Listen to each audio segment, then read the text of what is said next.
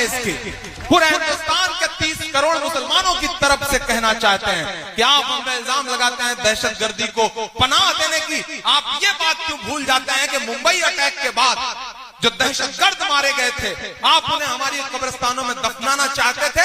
उस वक्त मुंबई का पूरा मुसलमान लिखित तौर पर लेकर के हुकूमत के पास जाता है और कहता है कि हम अपनी कब्रिस्तानों में दहशतगर्दों को दफनाने की इजाजत तक नहीं देंगे। शहरों को एक वाकया बताना चाहता हूं कि आप दौलत से ईमान का सौदा करना चाहते हैं, शायद आपने आंखें बंद कर रखी हैं। आप कितना भी भला बुरा कहें इस्लाम को, कितना भी बदनाम करने की कोशिशें करें, लेकिन आप भूल रहे हैं कि इस्लाम तो ऐसा मजहब है कि जब जब उसे दबाने की, बदनाम करने की कोशिशें की गई हैं, वो और बुलंदी के साथ दुनिया के सामने आया है। दोस्तों, आज हम आपको एक ऐसा वीडियो दिखाने जा रहे हैं जिसे सुनकर शायद आपका दिल भावुक हो जाए।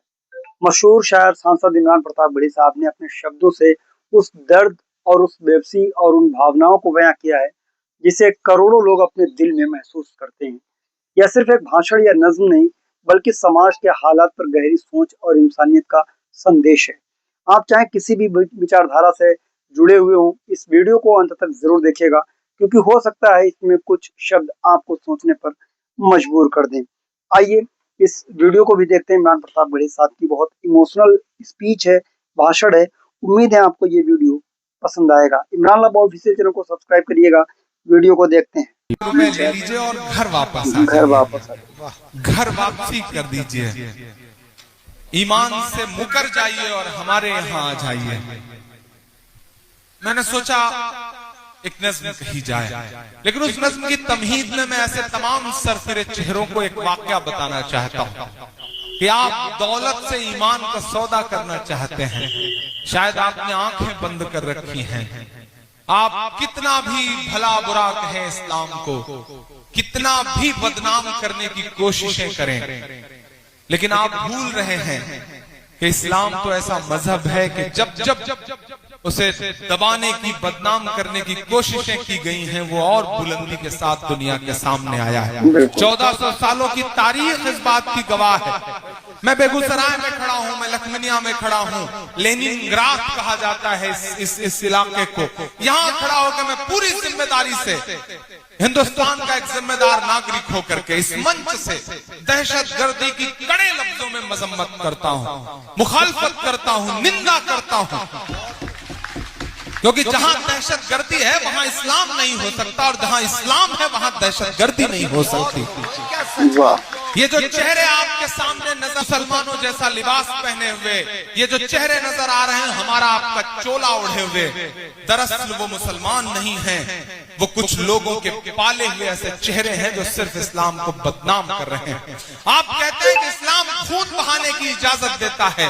मैं तो पूरी जिम्मेदारी से कहता हूं बेगूसराय वालों कि जो मजहब वजू करते हुए नाहक पानी बहाने तक की इजाजत न देता हो, वो खून बहाने की इजाजत कैसे दे सकता है? मैं पूरी जिम्मेदारी से ये बात कहता हूं, मैं कड़े लफ्जों में मजम्मत करता हूं।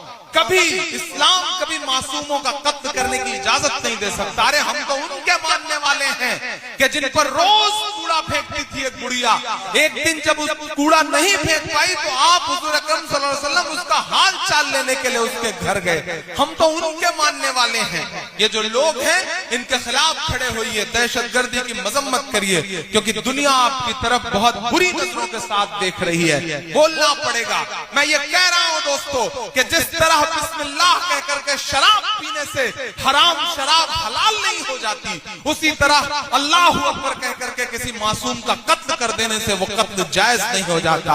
हम मजम्मत करते हैं इसके, पूरे हिंदुस्तान के 30 करोड़ मुसलमानों की तरफ से कहना चाहते हैं कि आप हम पे इल्जाम लगाते हैं दहशतगर्दी को पनाह देने की। आप ये बात क्यों भूल जाते हैं कि मुंबई अटैक के बाद जो दहशतगर्द मारे गए थे, आप उन्हें हमारी कब्रिस्तानों में दफनाना चाहते थे। उस वक्त मुंबई का पूरा मुसलमान लिखित तौर पर लेकर के हुकूमत के पास जाता है और कहता है कि हम अपनी कब्रिस्तानों में दहशतगर्दों को दफना अपनाने की इजाजत तक नहीं देंगे। आप इन बातों को क्यों भूल जाते हैं? ये बदनाम करने की साजिशें बंद करिए, ये घर वापसी की साजिशें बंद करिए। आप कभी लबजहाद लेकर आते हैं, कभी घर वापसी लेके आते हैं, कभी गाय लेके आते हैं, फिर कैराना लेकर के आते हैं, और अब आप जाकिर नाइक साहब को बदनाम करने की कोशिशों में लगे हुए हैं। हमारा अकीदा भी कैसा हो, हमारे मसलक अलग अलग हो, लेकिन ये बुरा दौर है। मैं आपसे गुजारिश करता हूं कि मसलकों की लड़ाई को मस्जिद और मदरसे तक महदूद करिए। सड़क पर एक नजर आइए, अपने खिलाफ होने वाले जुल्म के साथ खड़े होइए। आज नहीं खड़े होंगे तो आपका भी नंबर आने वाला है। मैं आपसे ये गुजारिश करते हुए नस्ल शुरू करता हूँ। वो कहते हैं 5 लाख लीजिए और घर वापस आ जाइए। वो ये भूल जाते हैं कि दुनिया की एक सुपर पावर ताकत में एक शख्स हुआ करता था। अल्लाह ने उसको ऐसा हुनर दिया था, उसके पैरों में ऐसा जादू था कि वो जब थिरकता था तो दुनिया अरबों डॉलर लुटा दिया करती थी। लेकिन उस शख्स को कहीं सुकून नहीं मिला तो उसने अपने चचेरे भाई से कहा कि मुझे सुकून की तलाश है। चचेरे भाई ने कहा सुकून चाहता है तो कुरान पढ़। उस शख्स ने कुरान पढ़ी और उसके बाद इस्लाम में दाखिल हुआ। उस शख्स का नाम था माइकल जैक्सन।